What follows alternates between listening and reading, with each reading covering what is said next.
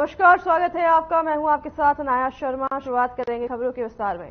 दिल्ली में सांसद के शीतकालीन सत्र की शुरुआत के पहले प्रधानमंत्री नरेंद्र मोदी ने मीडिया को संबोधित किया। नरेंद्र मोदी ने कहा कि राजनीतिक तापमान तेजी से बढ़ रहा है। 4 राज्यों के चुनाव के नतीजे कल आए। नतीजे बहुत ही उत्साहजनक हैं। ये उन लोगों के लिए उत्साहवर्धक है जो देश के उज्जवल भविष्य के लिए, आम आदमी के कल्याण के लिए प्रतिबद्ध है। वहीं उन्होंने कहा कि मैं सभी सांसदों से अनुरोध करता हूं कि लोकतंत्र का ये मंदिर लोगों की आशाओं और आकांक्षाओं और विकसित भारत का मंच है। सभी सांसद तैयार रहें और अच्छा प्रदर्शन करें।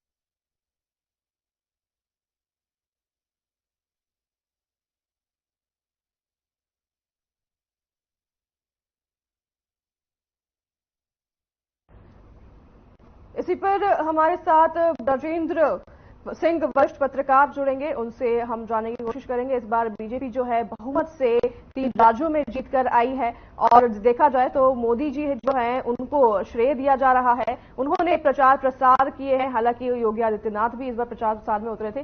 ब्रजेंद्र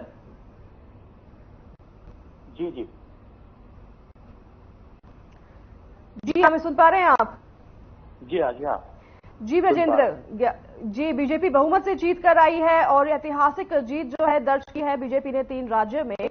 मोदी, प्रधानमंत्री हमारे मोदी जो हैं उनको श्रेय जाता है। उन्होंने हालांकि प्रचार प्रसार में बहुत उन्होंने मोदी जी, अमित शाह, जेपी नड्डा, केंद्र सरकार हालांकि उतर गए थे, लेकिन मोदी जो है उनको ज्यादातर श्रेय दिया जा रहा है इस बार।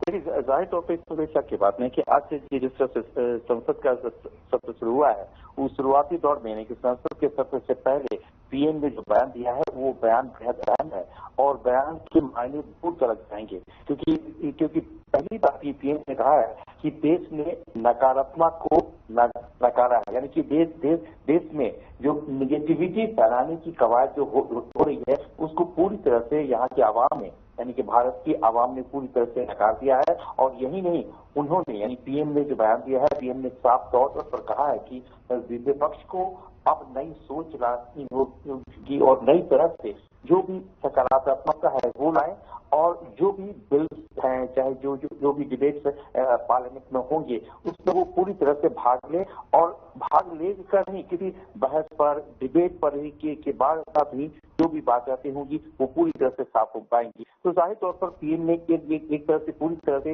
ये संकेत दिया है और संदेश भी दिया है विपक्ष को कि वो पूरी तरह से निगेटिविटी छोड़े और सकारात्मकता के साथ जो संसद का सत्र शुरू हुआ है उसमें वो बहस में भाग ले और हर मुद्दे पर गवर्नमेंट बहस को तैयार है। पहली बात हुई।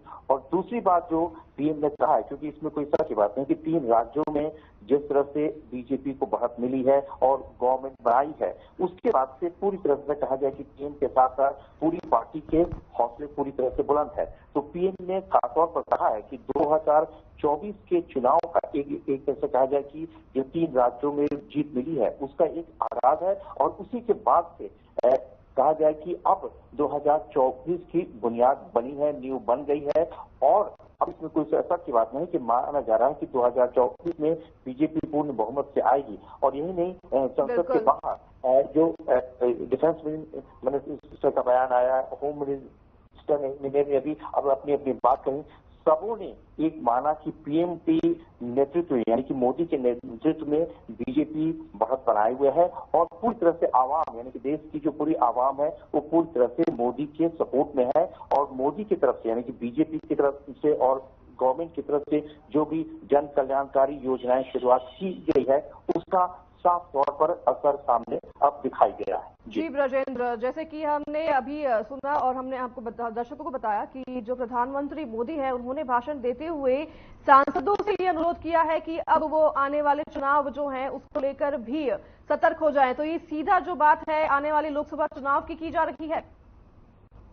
देखिए, जाहिर तौर पर इस चीज में कोई शक की बात नहीं कि जो 3 राज्यों में बीजेपी को जो जीत मिली है वो बीजेपी के लिए तो अहम है ही, और साथ ही साथ माना जा रहा था कि ये 2024 के लोकसभा चुनाव का एक तरह से कहा जाए कि सेमीफाइनल है। और फाइनल जब होगा, यानी कि फाइनल मैच की तैयारी के लिए पीएम ने जो भी सांसद हैं, जो भी मंत्री हैं, उन सबको आगाह किया है और उन सबको सतर्क भी किया है कि वो पूरी तरह से कमर कस लें और 2024 के चुनाव के लिए, यानी कि जो लोकसभा का चुनाव होगा वो बेहद अहम रहेगा। और इसमें कवायद यही है, यानी कि जो जिस तरह से पीएम ने बात की और बिटवीन द लाइन्स जो सामने आ रही है, उसके मायने यही है कि पूरी तरह से अब बीजेपी पार्टी कमर कस ली है 2024 के लोकसभा चुनाव के लिए। और ये पूरी तरह से अब कवायद यही है, कोशिश यही है कि 400 के पार, यानी कि जितना ज्यादा बहुमत मिले, जितनी ज्यादा सीट्स मिले, ये अब कवायद होगी। और दूसरी बात हुई कि अब दक्षिण के क्षेत्र में, यानी कि तेलंगाना में जो बीजेपी को 8 सीट मिली है, 2018 में महज बीजेपी को 2 सीट मिली थी। तो बीजेपी अब ये आंक रही है और मान रही है कि दक्षिण के राज्यों में भी बीजेपी की पैठ बढ़ी है और आवाम कोई न कोई पीएम के और खासतौर पर कहा जाए कि मोदी की और गवर्नमेंट की जो कल्याणकारी योजनाएं हैं उन सबसे लाभान्वित है और उन सबसे प्रभावित हो रही है। तो जाहिर तौर पर एक बड़ी बात होगी कि दक्षिण के राज्यों में बीजेपी का विस्तार हो रहा है। ये आने वाले 2024 के चुनाव में बेहद अहम भूमिका निभाएगा। जी ब्रजेंद्र, आपने जैसा कि जिक्र किया दक्षिण राज्यों का, बात करें मिजोरम का भी, तो चुनाव के नतीजे जो आए हैं उसमें बीजेपी जो है खास प्रदर्शन करती नजर नहीं आ रही है। तो क्या कुछ रणनीति अपनाती नजर आएगी बीजेपी आने वाले चुनाव में? देखिए, जहां तक साउथ की बात है, इसमें कोई शक की बात नहीं कि साउथ के जो भी स्टेट है, यानी कि दक्षिण के जो भी राज्य है, वहां पर किसी भी स्टेट में बीजेपी की अपनी गवर्नमेंट नहीं है। और तेलंगाना में जिस तरह से प्रचार किया गया, पीएम भी गए, यहाँ तक कि सीएम योगी भी गए, सब लोगों ने एक बेहद अहम जो प्रचार किया था उससे कुछ तो हुआ फायदा। यानी कि 2018 में बीजेपी को तेलंगाना में महज 2 सीट थी और आज 8 सीट मिले हैं। तो जाहिर तौर पर अब मोदी मान के चल रहे हैं और पीएम और कहा जाए कि बीजेपी भी ये मान के चल रही है कि अभी भी दक्षिण के जो भी राज्य है वहां पर बीजेपी के विस्तार के लिए पूरी तरह से एक प्लेन फील्ड है और वहां पर जितना मेहनत किया जाएगा वहां पर बीजेपी को 2024 के लोकसभा चुनाव में फायदा होगा। जी ब्रजेंद्र, के इस बार साउथ में तो हमें ध्यान देना ही होगा, बीजेपी को ध्यान देना ही होगा, उन्होंने कहा है। लेकिन अब जो है बीजेपी की क्या रणनीति रहेगी? जैसे कि वो ज्यादातर नॉर्थ में बीजेपी का अब क्षेत्र बन गया है, बीजेपी जो है गढ़ बना चुकी है, बीजेपी अब बहुमत से जीत चुकी है नॉर्थ में। अगर हम बात कर ले, ज्यादातर राज्यों में भाजपा की सरकार है, तो ये लोकसभा आने वाले चुनाव पर भी इसका प्रभाव देखने को मिलेगा हमें? देखिए, जाहिर तौर पर इसमें कोई चर्चा की बात नहीं कि 3 स्टेट्स में, यानी कि तीनों स्टेट्स बेहद अहम रहे हैं और खासतौर पर कहा जाए कि मध्य प्रदेश, राजस्थान, छत्तीसगढ़, ये तीनों राज्यों में जिस तरह से बीजेपी को पूर्ण बहुमत से भी ज्यादा वोट ऐसी सीट्स मिले हैं, तो ये जाहिर कर रहा है, ये पूरी तरह से बता रहा है और संकेत और संदेश साफ है कि विपक्ष का पूरी तरह से सफाया का है और 2024 के जो लोग चुनाव होंगे उसमें और भी बढ़ चढ़ आवाम शायद मोदी के सपोर्ट वोट दे, क्योंकि बीजेपी को जिस तरह से 3 स्टेट्स में जो जीत मिली है उसके बाद से जो रणनीति बनाई जा रही है कि, और माना यही जा रहा है कि 3 पॉइंट में, और बीजेपी की जो रणनीतिकार है वो मान रहे हैं कि 3 ऐसे मुद्दे रहे हैं, 3 ऐसे पॉइंट्स रहे हैं जिसकी वजह से बीजेपी को वोट। ब्रजेंद्र जी, बहुत धन्यवाद आपका हमें सारी जानकारी देने के लिए, हमारे दर्शकों को सारी जानकारी देने के लिए। अब फिलहाल बढ़ेंगे आगे खबरों में। 2018 तेलंगाना विधानसभा चुनाव में सिर्फ 1 सीट जीतने वाली बीजेपी का इस बार वोट शेयर लगभग 2 गुना हो गया है। बता दें कि 2018 में बीजेपी का वोट शेयर मात्र 7% था, जो इस बार बढ़कर 14% हो गया है। वहीं आपको बता दें कि बीजेपी ने 2 उपचुनाव में जीत दर्ज की थी। तेलंगाना के बीजेपी नेता केवीआर ने मुख्यमंत्री केसीआर और पीसीसी प्रमुख रेवंत रेड्डी को हराया है। केवीआर ने केसीआर को 6,741 वोटों से मात दी है। वहीं केंद्रीय मंत्री और बीजेपी तेलंगाना अध्यक्ष श्री किशन रेड्डी ने राज्य में पार्टी के प्रदर्शन की सराहना की है। उन्होंने कहा कि पार्टी का वोट शेयर दोगुना हो गया है, इस बात की बहुत ही खुशी है।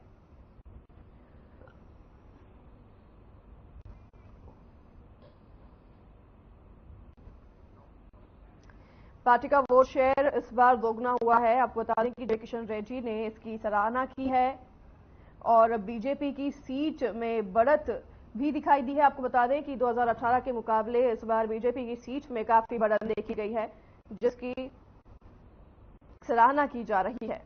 हालांकि कांग्रेस की पार्टी इस बार जीत हासिल की है तेलंगाना में, लेकिन बीजेपी की सीट की बात करें तो 2018 के मुकाबले इस बार बीजेपी की सीटों में बढ़त देखी गई है। मुख्यमंत्री योगी आदित्यनाथ की लोकप्रियता का जादू विधानसभा चुनाव में बखूबी चला। सीएम ने चुनावी राज्यों में 57 रैलियां की हैं और सीएम ने जिन सीटों पर प्रचार किया उनमें से 40 से अधिक सीटों पर पार्टी की जीत का परचम लहराया। वहीं चुनावी राज्यों में पीएम मोदी के बाद सबसे ज्यादा मांग मुख्यमंत्री योगी की रही है।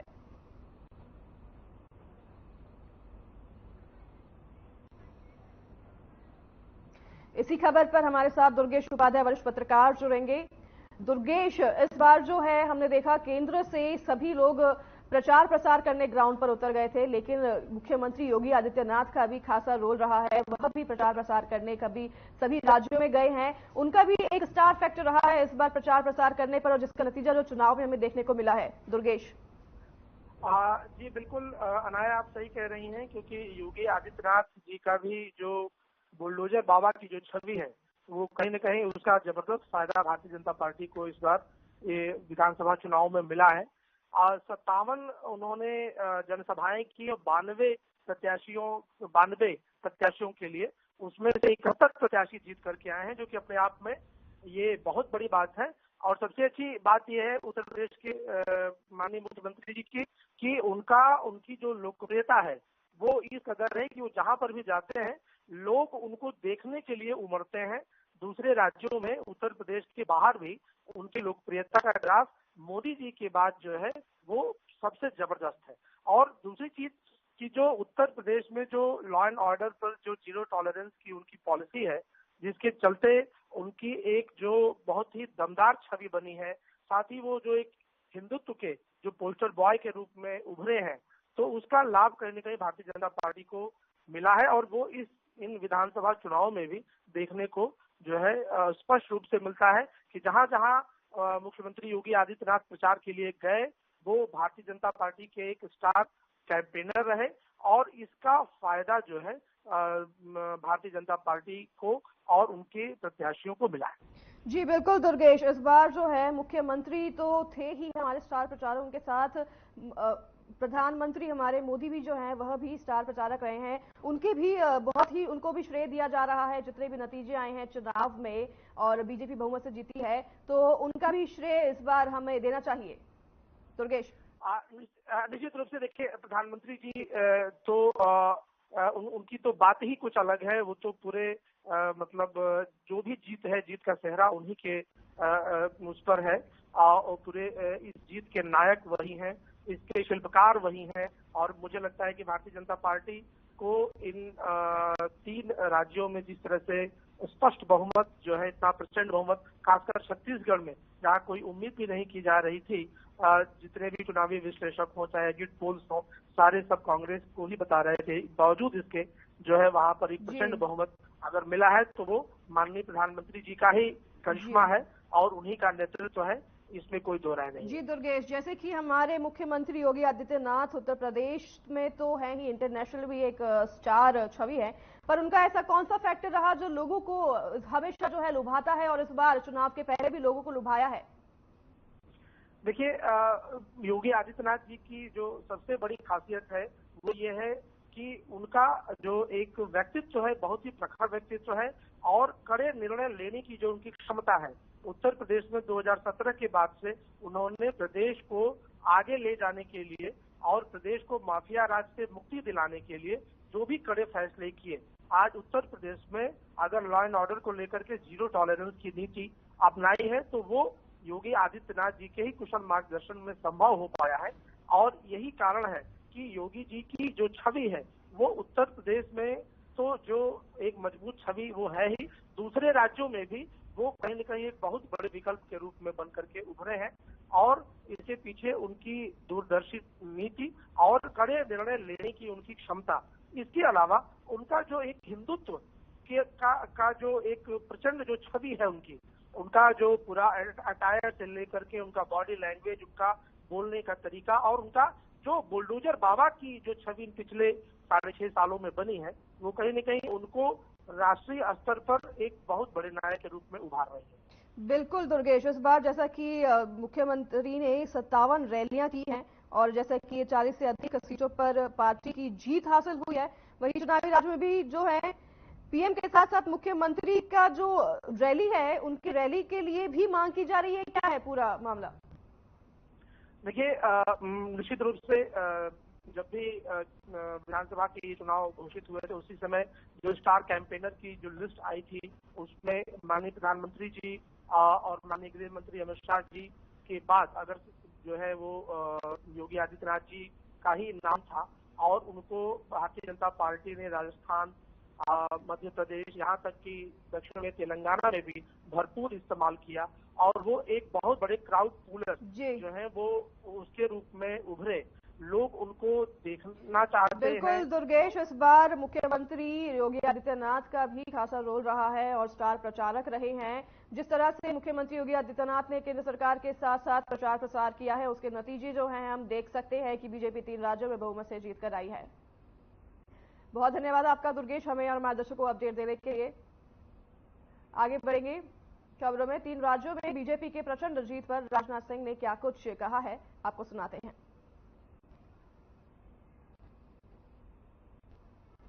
बहुत ही शानदार मोदी जी का मैजिक बरकरार है। जिस तरह से ट्रिक हुई है तो कैसे देखते हैं? सर 3 राज्यों में बीजेपी की जिस तरह हैट्रिक हुई है, बहुत ही शानदार मोदी जी का मैजिक बरकरार है। जिस तरह से अब लगता है सारे देश ने ये माइंड मेकअप कर लिया है। ये पॉजिटिव साइन है। 2024 के लोकसभा इलेक्शन में भारतीय जनता पार्टी गाड़ी देख के आराम से क्लियर किया पीछे गवर्नमेंट। महंत योगी आदित्यनाथ ने कहा कि भारत के सभी महापुरुषों, संतों और ऋषि मुनियों का एक ही ध्येय रहे, सभी में एकात्म का लक्ष्य होना चाहिए। आपको सुनाते हैं। समाप्त करें लेकिन अपनी विरासत पर गौरव की अनुभूति भी करें। अपने पूर्वजों की थाली पर गौरव की अनुभूति करें। लोक परंपरा, लोक गाथा,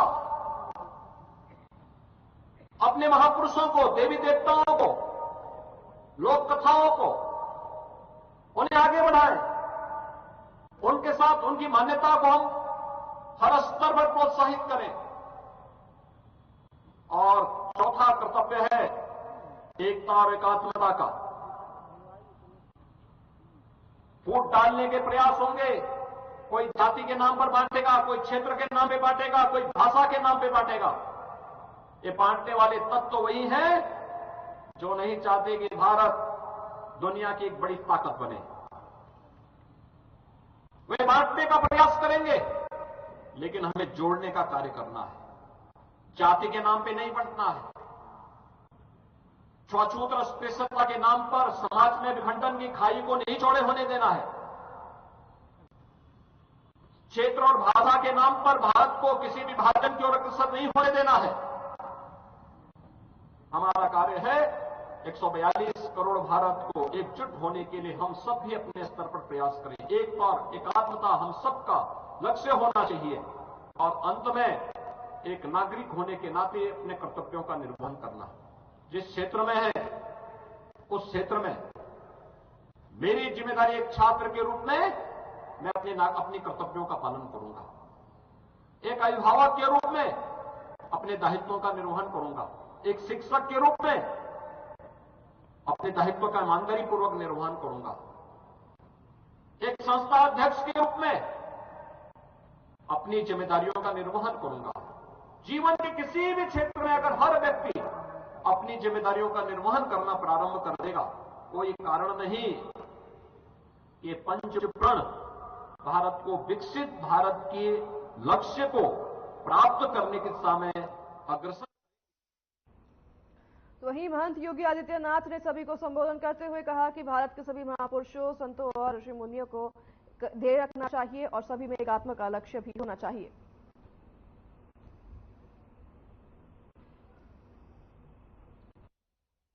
यह वर्ष महाराणा प्रताप शिक्षा परिषद की स्थापना का 91वां वर्ष है।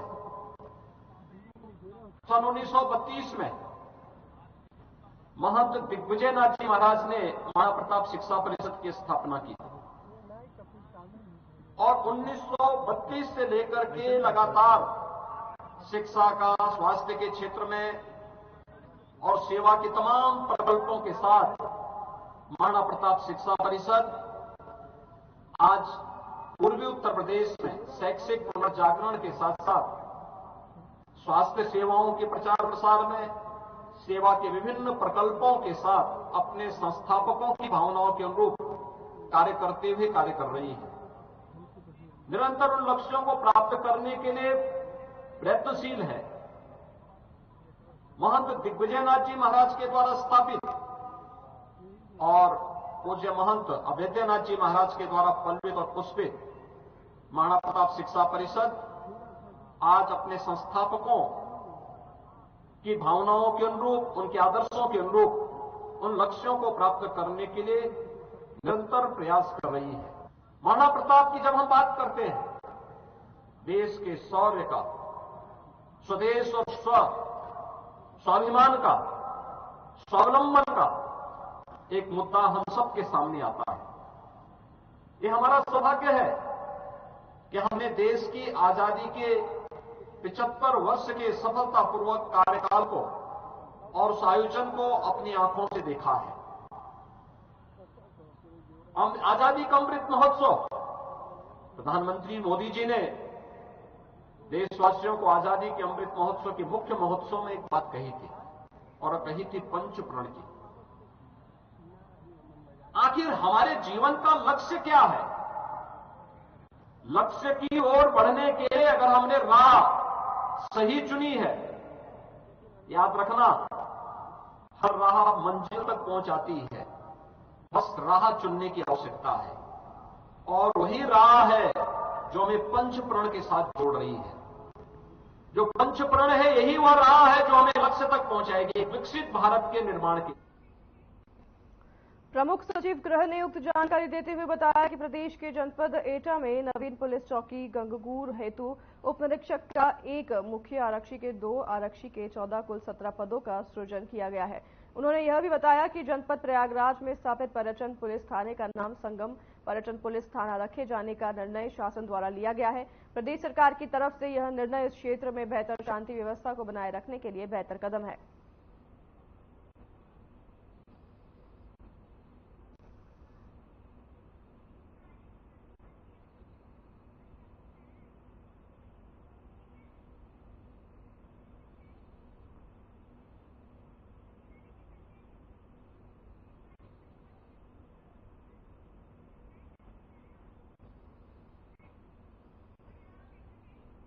चलिए आपको सीधा लिए चलते हैं दिल्ली, जहां पर शीतकालीन सत्र पर पीएम मोदी का संबोधन चल रहा है।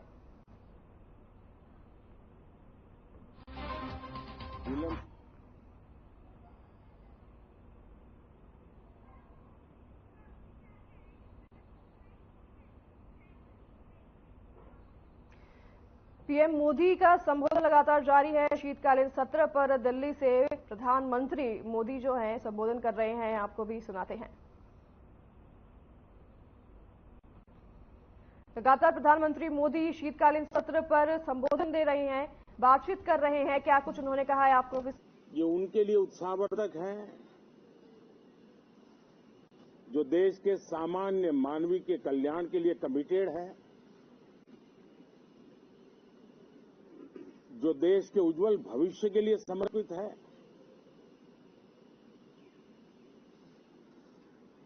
विशेषकर सभी समाजों की, सभी समूहों की, शहर और गांव की महिलाएं, सभी समाज के, सभी समूह के, गांव और शहर के युवा,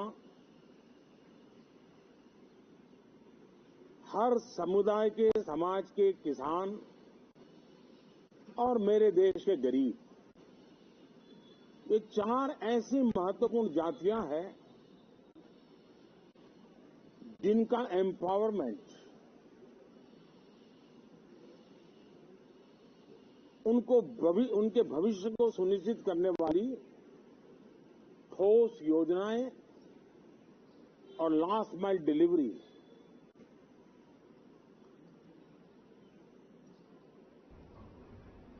इन उसूलों को लेकर के जो चलते हैं। चलिए, इस कार्यक्रम में फिलहाल यहीं करेंगे पूर्ण विराम। मैं नाया शर्मा आपसे लूंगे विदा। मुझे दीजिए इजाजत। नमस्कार।